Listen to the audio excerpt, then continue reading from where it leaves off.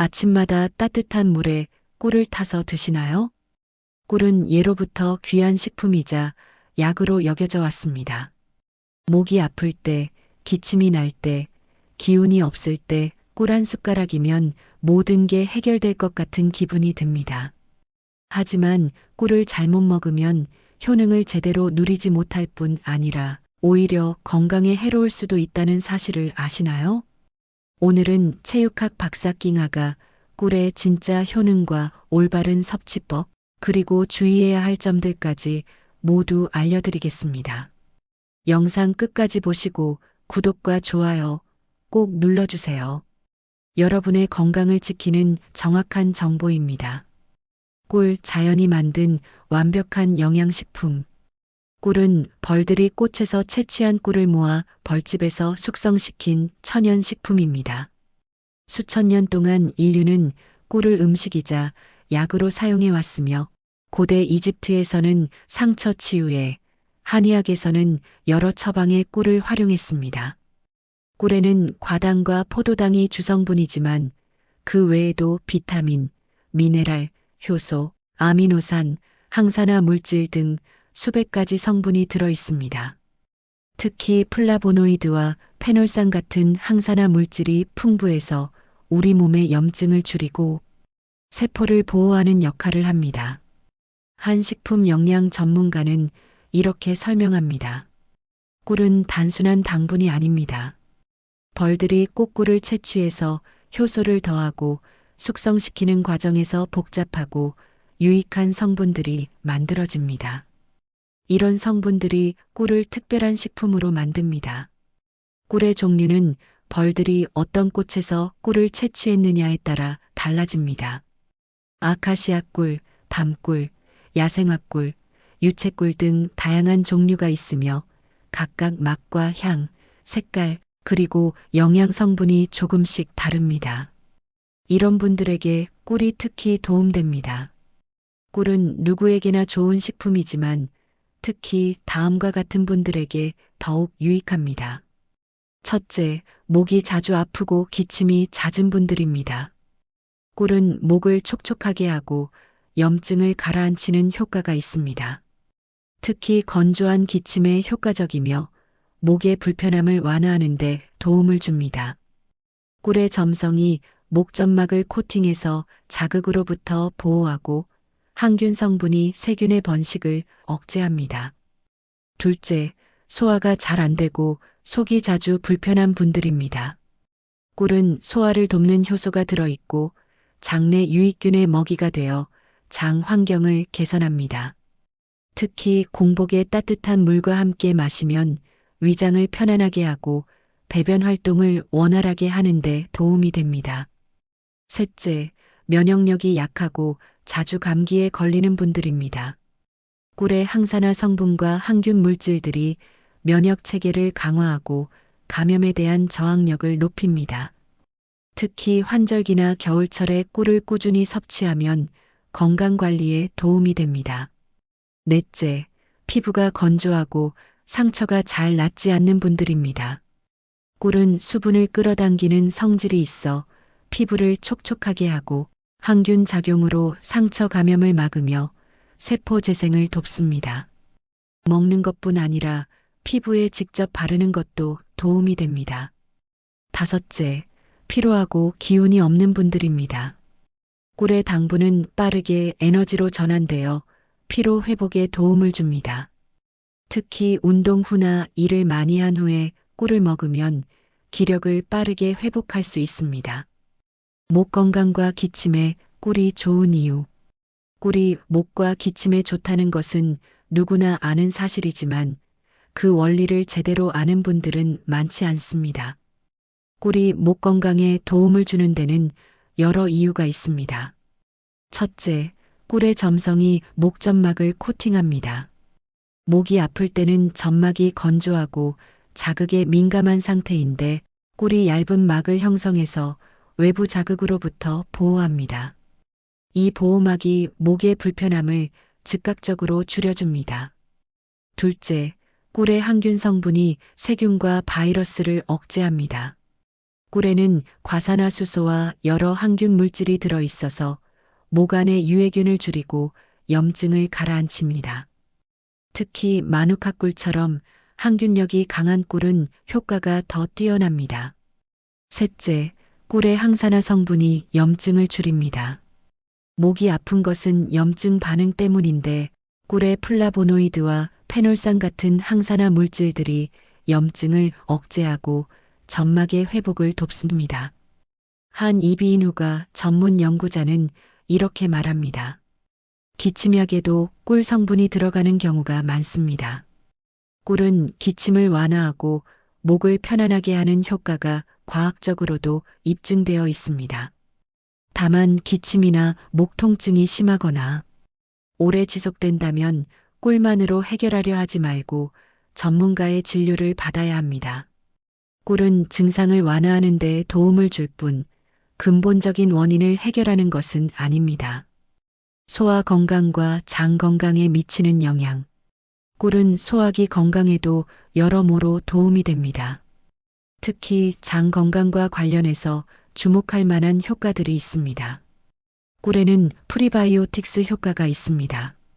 프리바이오틱스는 장내 유익균의 먹이가 되는 성분으로 꿀을 먹으면 비피더스균 같은 유익균이 증가하고 장 환경이 개선됩니다. 장내 유익균이 늘어나면 소화가 잘 되고 면역력도 높아지며 배변도 규칙적으로 이루어집니다. 꿀의 효소들은 소화를 돕습니다.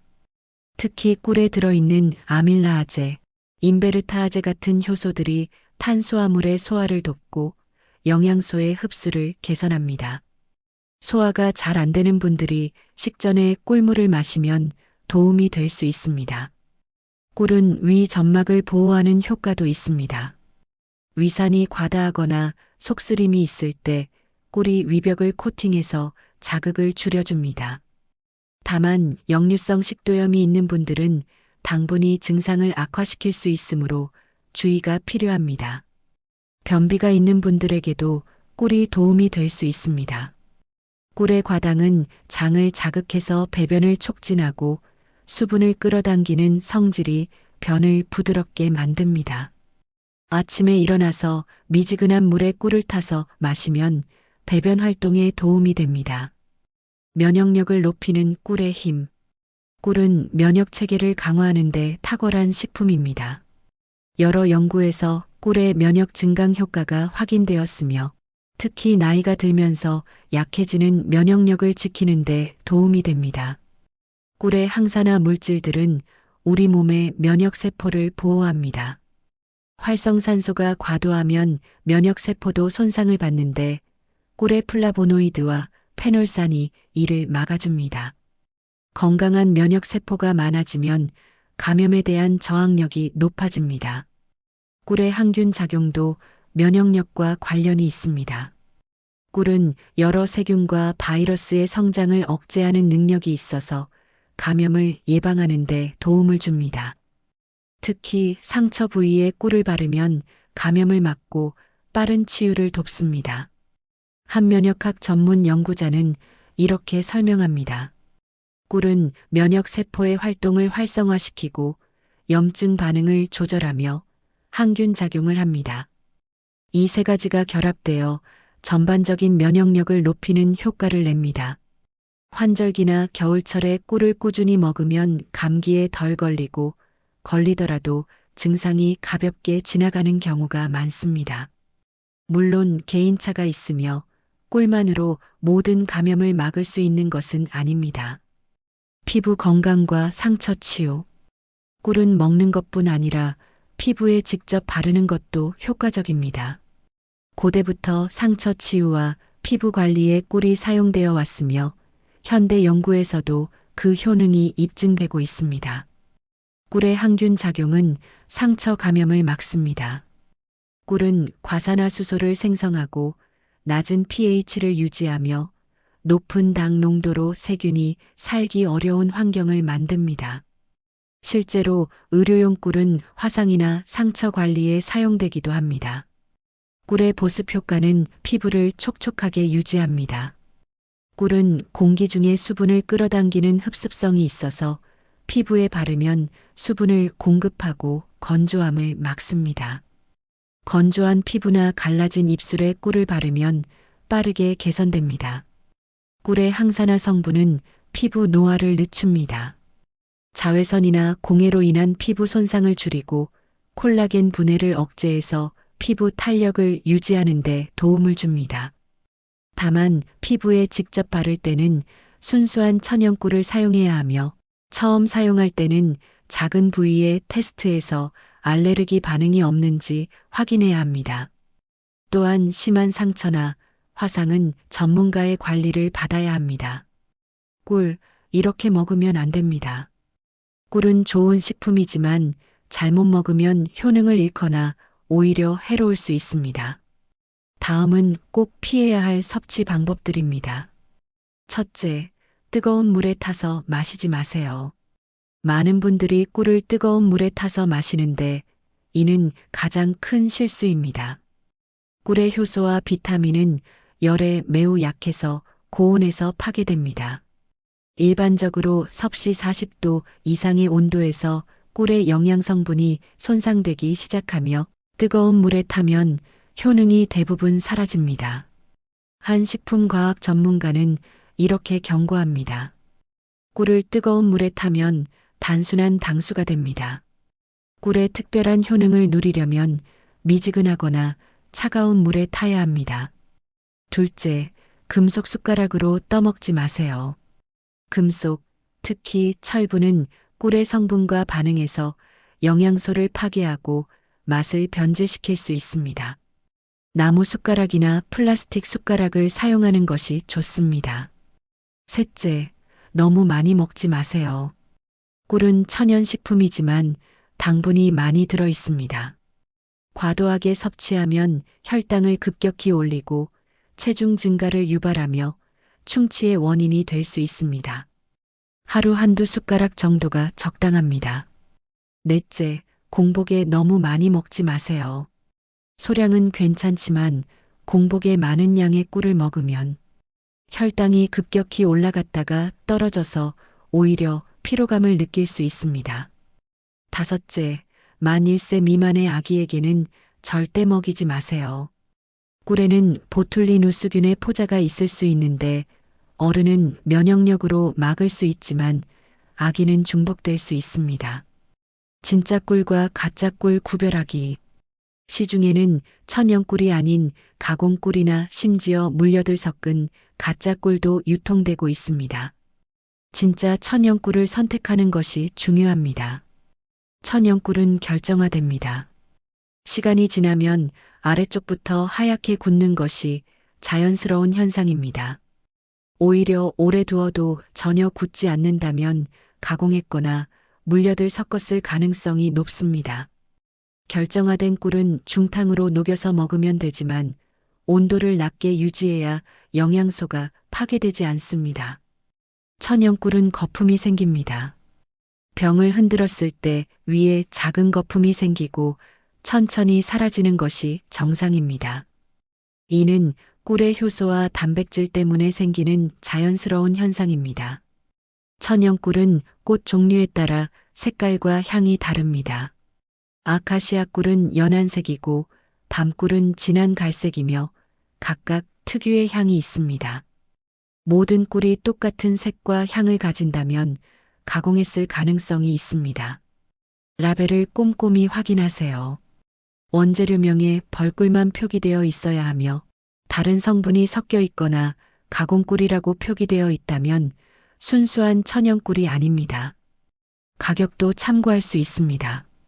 천연꿀은 생산 과정이 까다롭고 수량이 제한적이라 비쌀 수밖에 없습니다. 지나치게 저렴한 꿀은 의심해 볼 필요가 있습니다. 꿀의 종류와 선택. 꿀은 벌들이 어떤 꽃에서 꿀을 채취했느냐에 따라 종류가 나뉘며 각각 특징이 다릅니다. 아카시아 꿀은 한국에서 가장 흔한 꿀입니다. 색이 맑고 투명하며 맛이 순하고 부드럽습니다. 결정화가 더디게 일어나고 목 넘김이 좋아 많은 분들이 선호합니다. 기침이나 목 관리에 좋으며 초보자에게도 먹기 쉽습니다. 밤꿀은 색이 진하고 향이 강합니다. 쓴맛이 약간 있지만 그만큼 항산화 성분이 풍부합니다. 철분 함량이 높아 빈혈이 있는 분들에게 좋고 면역력 강화에 특히 효과적입니다. 야생화꿀은 여러 꽃의 꿀이 섞인 것으로 다양한 영양소를 고루 함유하고 있습니다. 지역과 계절에 따라 맛과 향이 조금씩 다르며 균형 잡힌 영양을 원하는 분들에게 적합합니다. 마누카꿀은 뉴질랜드에서 생산되는 특별한 꿀입니다. 항균력이 매우 강해서 상처 치유나 소화기 건강에 특히 좋습니다. 다만 가격이 비싸고 맛이 독특해서 호불호가 갈립니다. 어떤 꿀이 가장 좋다고 단정할 수는 없습니다. 자신의 건강 상태와 입맛에 맞는 것을 선택하면 됩니다. 여러 종류를 번갈아 먹는 것도 좋은 방법입니다. 꿀과 함께 먹으면 좋은 것들. 꿀은 단독으로 먹어도 좋지만 다른 식품과 조합하면 효과가 더 좋아지거나 맛이 풍부해집니다. 레몬과 꿀은 최고의 궁합입니다.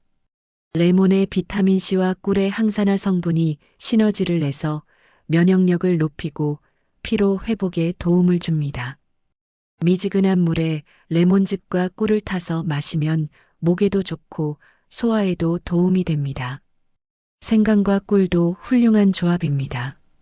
생강의 매운 성분이 혈액순환을 촉진하고 몸을 따뜻하게 하며 꿀이 생강의 자극을 완화시키고 맛을 부드럽게 만듭니다. 감기 기운이 있을 때 생강꿀차를 마시면 효과적입니다. 계피와 꿀을 함께 먹으면 혈당 조절과 항염 효과가 있습니다.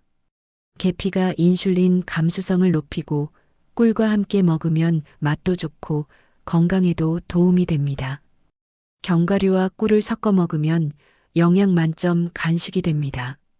아몬드, 호두, 캐슈넛 같은 견과류에 꿀을 버무려 먹으면 고소하고 달콤하며 단백질과 건강한 지방, 항산화 성분을 모두 섭취할 수 있습니다. 요거트에 꿀을 넣어 먹는 것도 좋습니다. 요거트에 유산균과 꿀의 프리바이오틱스가 만나 장 건강에 더욱 좋고 맛도 훌륭합니다. 꿀 보관법.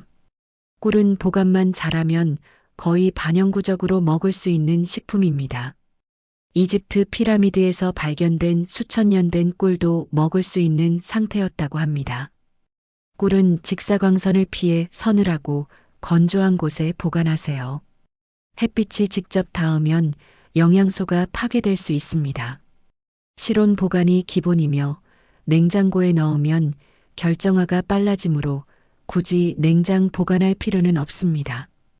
뚜껑을 꼭 닫아서 보관하세요. 꿀은 수분을 흡수하는 성질이 있어서 뚜껑을 열어두면 공기 중에 수분을 빨아들여 묽어지고 발효될 수 있습니다. 깨끗한 숟가락을 사용하세요. 물기나 이물질이 들어가면 꿀이 상할 수 있습니다. 매번 깨끗하고 마른 숟가락으로 떠서 먹어야 합니다. 결정화된 꿀은 중탕으로 녹여 먹을 수 있습니다. 꿀병을 미지근한 물에 담가서 천천히 녹이면 됩니다. 직접 불에 올리거나 전자레인지를 사용하면 온도가 너무 올라가서 영양소가 파괴되므로 피해야 합니다. 당뇨와 꿀 주의가 필요합니다. 꿀은 천연식품이지만 당분이 매우 높습니다. 따라서 당뇨가 있는 분들은 특별히 주의해야 합니다. 꿀의 주성분은 과당과 포도당으로 설탕과 마찬가지로 혈당을 올립니다. 천연 당분이라고 해서 혈당에 영향을 주지 않는 것은 아닙니다. 오히려 액체 상태라서 흡수가 빠르고 혈당이 급격히 올라갈 수 있습니다. 한 내분비내과 전문 연구자는 이렇게 조언합니다. 당뇨 환자분들은 꿀을 약으로 생각하시면 안 됩니다. 소량을 가끔 즐기는 것은 괜찮지만 건강에 좋다고 많이 드시면 혈당 조절에 문제가 생길 수 있습니다. 당뇨가 있는 분들이 꿀을 먹고 싶다면 소량만 드시고 혈당을 측정해서 자신에게 어떤 영향을 주는지 확인하는 것이 좋습니다. 또한 전문가와 상담해서 식단 계획에 포함시키는 것이 안전합니다. 혈당이 잘 조절되지 않는 분들이나 합병증이 있는 분들은 꿀을 피하는 것이 좋습니다. 건강한 사람에게 좋은 식품이라도 모든 사람에게 다 좋은 것은 아닙니다. 체중 관리와 꿀. 꿀은 칼로리가 높은 식품입니다. 한 숟가락에 약간의 칼로리가 있으므로 체중 관리를 하는 분들은 섭취량을 조절해야 합니다. 그렇다고 해서 꿀을 완전히 피할 필요는 없습니다. 오히려 설탕이나 인공 감미료 대신 소량의 꿀을 사용하면 더 건강할 수 있습니다. 꿀은 설탕보다 단맛이 강해서 적은 양으로도 충분히 달콤함을 느낄 수 있고 영양소도 함께 섭취할 수 있습니다. 체중 관리를 위해서는 하루 한 숟가락 정도로 제한하고 다른 당분 섭취를 줄이는 것이 좋습니다. 꿀을 먹은 만큼 과자, 빵, 음료 같은 다른 당분 섭취를 줄이면 전체 칼로리를 조절할 수 있습니다. 운동 전후에 소량의 꿀을 먹는 것은 도움이 될 수 있습니다. 빠르게 에너지로 전환되어 운동 능력을 높이고 운동 후에는 피로 회복을 돕습니다. 꿀과 알레르기. 꿀 알레르기는 드물지만 존재합니다. 특히 꽃가루 알레르기가 있는 분들은 꿀에도 반응할 수 있습니다. 꿀을 처음 먹을 때는 소량으로 시작해서 몸의 반응을 확인하세요. 입이나 목이 가렵거나 두드러기가 나거나 호흡이 곤란하거나 배가 아프면 알레르기일 수 있으므로 즉시 섭취를 중단하고 전문가와 상담해야 합니다. 특정 꽃의 꿀에만 반응하는 경우도 있습니다. 예를 들어 밤꿀에는 괜찮은데 아카시아 꿀에 반응할 수 있습니다. 한 종류의 꿀이 맞지 않는다고 모든 꿀을 피할 필요는 없으며 다른 종류를 조심스럽게 시도해 볼 수 있습니다. 꿀을 활용한 간단한 건강 레시피. 꿀을 활용해서 간단하게 만들 수 있는 건강 음료와 간식들을 소개합니다. 레몬 꿀차는 가장 기본이면서도 효과적입니다. 미지근한 물에 레몬즙과 꿀을 넣어 섞으면 됩니다. 아침에 일어나서 마시면 소화를 돕고 하루를 상쾌하게 시작할 수 있습니다. 생강꿀차는 몸을 따뜻하게 하고 면역력을 높입니다. 생강을 얇게 썰어 물에 끓이고 미지근하게 식혀서 꿀을 넣으면 됩니다. 겨울철이나 감기 기운이 있을 때 특히 좋습니다. 꿀 요거트는 장 건강에 좋은 간식입니다. 플레인 요거트에 꿀을 한 숟가락 넣고 과일이나 견과류를 얹으면 영양 만점 간식이 됩니다. 꿀 견과류는 바삭하고 달콤한 간식입니다. 견과류를 팬에 살짝 볶다가 꿀을 넣고 버무려서 식히면 됩니다. 간식이나 샐러드 토핑으로 좋습니다. 꿀의 역사와 문화. 꿀은 인류가 농경을 시작하기 전부터 채취해 먹었던 귀한 식품입니다. 동굴 벽화에도 꿀을 채취하는 그림이 남아 있으며 고대 문명에서는 꿀을 신성한 것으로 여겼습니다. 한국에서도 꿀은 예로부터 귀한 대접을 받았습니다. 왕실에 진상되었고 한약을 만들 때 중요한 재료로 사용되었습니다. 꿀 같은 말이라는 표현처럼 꿀은 달콤함과 좋은 것의 상징이었습니다. 세계 각국에는 꿀과 관련된 다양한 문화와 전통이 있습니다. 꿀을 발효시켜 만든 술, 꿀을 이용한 전통 과자, 꿀을 바르는 민간요법 등이 전해져 내려옵니다. 현대에 와서는 과학적 연구를 통해 꿀의 효능이 입증되고 있습니다.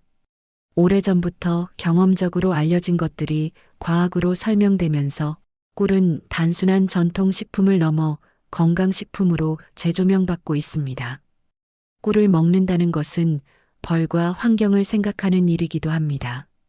벌들은 꿀을 만들 뿐 아니라 식물의 수분을 돕는 중요한 역할을 합니다. 최근 전 세계적으로 벌의 개체수가 줄어들고 있습니다. 농약, 기후변화, 서식지 파괴 등이 원인입니다. 벌이 사라지면 꿀뿐 아니라 많은 농작물의 생산도 어려워집니다. 꿀을 선택할 때 지속 가능한 방식으로 생산된 제품을 고르는 것이 좋습니다. 소규모 양봉가들의 제품을 구매하면 지역 경제에도 도움이 되고 환경 친화적인 양봉을 지원하는 일이 됩니다.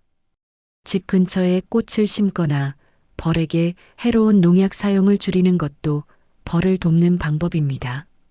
작은 실천들이 모여 벌과 환경을 지킬 수 있습니다.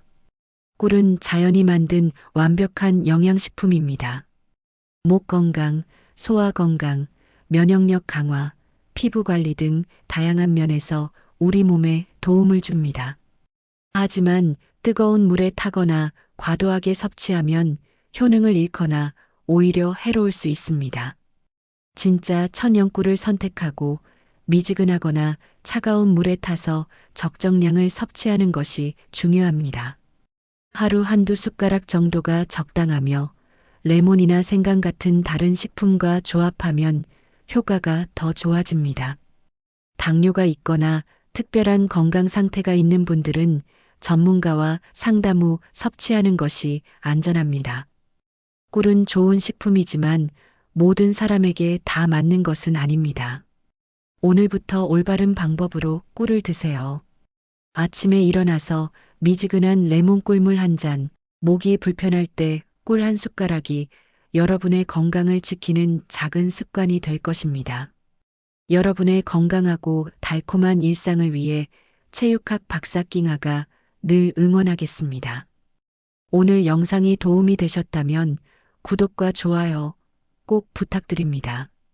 그리고 주변에 꿀을 좋아하시는 분들이 계시다면 이 영상을 공유해 주세요.